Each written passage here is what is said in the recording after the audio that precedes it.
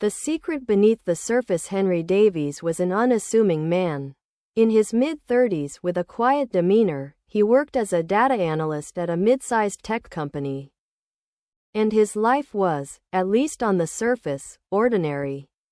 He had a lovely wife, Sarah, whom he adored, and a few colleagues who considered him a reliable and slightly reserved coworker.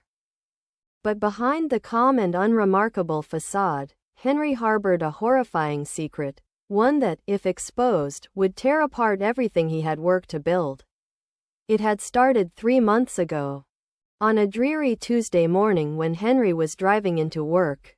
He had been running late, the usual rush of the city traffic gnawing at his nerves.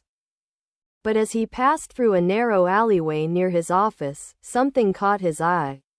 At first, it seemed like a trick of the light, a shadow darting between the cars, but as he slowed down, he saw it clearly. A woman, no more than 20 years old, stood motionless in the middle of the alley. Her clothes were torn, her hair matted with something dark, blood. She was staring at Henry, her eyes wide with a pleading expression that sent a chill through him. But what froze him in place was the strange, unnerving feeling that she knew him. Her gaze was sharp and knowing, as though she had been waiting for him.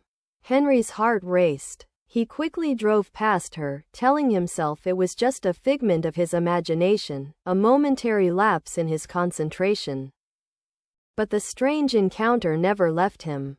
In the following days, he started seeing her everywhere, on the subway, across the street when he was leaving work.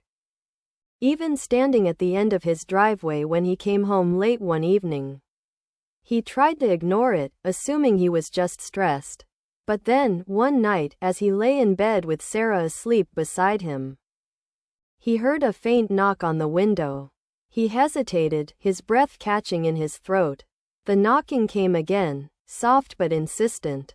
When he pulled back the curtain, there she was, standing in the yard, staring at him with those same, knowing eyes. It was then that Henry realized the truth. He had seen her before. He had seen her months ago, during a business trip out of town.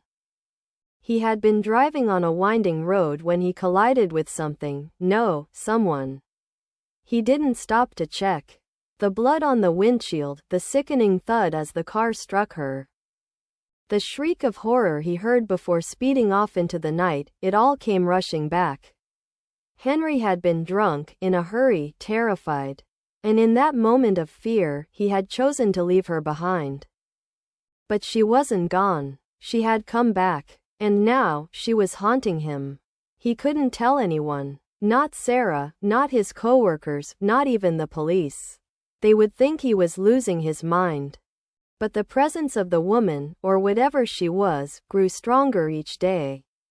Every time he looked into the mirror, he saw her reflection standing behind him, silent and accusing. Every time he went out for a walk, he could feel her eyes on his back. And worst of all, his colleagues at work seemed to notice. At first, it was subtle, a concerned glance from a coworker when he flinched at an unexpected sound, a raised eyebrow when he hesitated to respond in a meeting. But as the days passed, the tension built. Henry, his manager, Greg, called out one afternoon, "Are you feeling okay? You've been a little off lately." Henry forced a smile, trying to hide the terror gnawing at his insides. "I'm fine. Just a little tired, that's all." Greg frowned but didn't press the matter. Yet Henry could tell something was wrong. Greg had been watching him more closely, and sometimes Henry caught the faintest hint of suspicion in his eyes. It was during a team lunch the next day that it all came to a head. They were sitting at a quiet cafe, the sound of clinking silverware and muted conversation filling the air. Henry had just taken a sip of his water when he felt something strange, an intense cold, like ice running down his spine. He turned, his heart skipping a beat. The woman. She was sitting at the table across from him, her face pale, her eyes hollow and lifeless, staring directly at him. No one else seemed to notice her. He opened his mouth to speak, but his throat went dry. He could hear his pulse in his ears, his hands trembling as he set the glass down with a clink. "Henry?" Sarah's voice cut through his panic. She was sitting beside him, her brow furrowed. "What's wrong?" But when Henry turned his head back to the woman, she was gone. The seat was empty. His vision blurred, and his mind reeled. Was he losing his grip on reality? "Are you okay?" Sarah asked, her voice laced with concern. "You're acting like you've seen a ghost." He opened his mouth to explain, but the words wouldn't come. Instead, he shook his head, managing a strained smile. "I'm just tired. I haven't been sleeping well." The rest of the meal passed in a blur.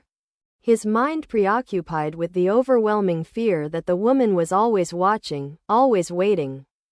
That night, as he lay awake in bed, the weight of his secret pressed down on him like a suffocating blanket. He couldn't take it anymore. He had to confess. He had to tell Sarah. But the words stuck in his throat. The terror of losing everything, his wife, his job, his life, too great a price to pay.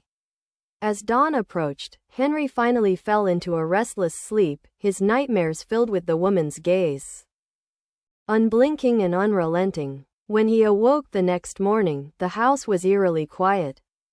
Sarah was gone. He assumed she had left for work early, but as the hours ticked by, he began to feel uneasy. He checked his phone. No messages. No calls. By late afternoon, the panic began to creep in. He called her cell, but it went straight to voicemail. He tried her office, no one had seen her. His heart raced as he drove back home, his mind spinning with dark thoughts. When he arrived, the house was locked, the lights off. He entered through the back door. And what he found there froze him in place. The woman was standing in the hallway. And in her arms, cradled like a child, was Sarah. Unconscious, her eyes wide open but vacant. Henry's legs trembled beneath him, the breath caught in his chest. The woman tilted her head slightly, as though acknowledging him, and then, she smiled. "I gave you a chance," she whispered. Her voice hollow, "but you chose to leave me behind. Now, she will be the one to bear your sin." Henry dropped to his knees, his heart racing as the world around him spun. His secret was no longer his own. And neither was his wife. The woman stepped forward, the faint sound of Sarah's shallow breath the only thing breaking the silence. "You will never escape," the woman said, her eyes gleaming with a dark promise. "Not now. Not ever." The door slammed shut behind him.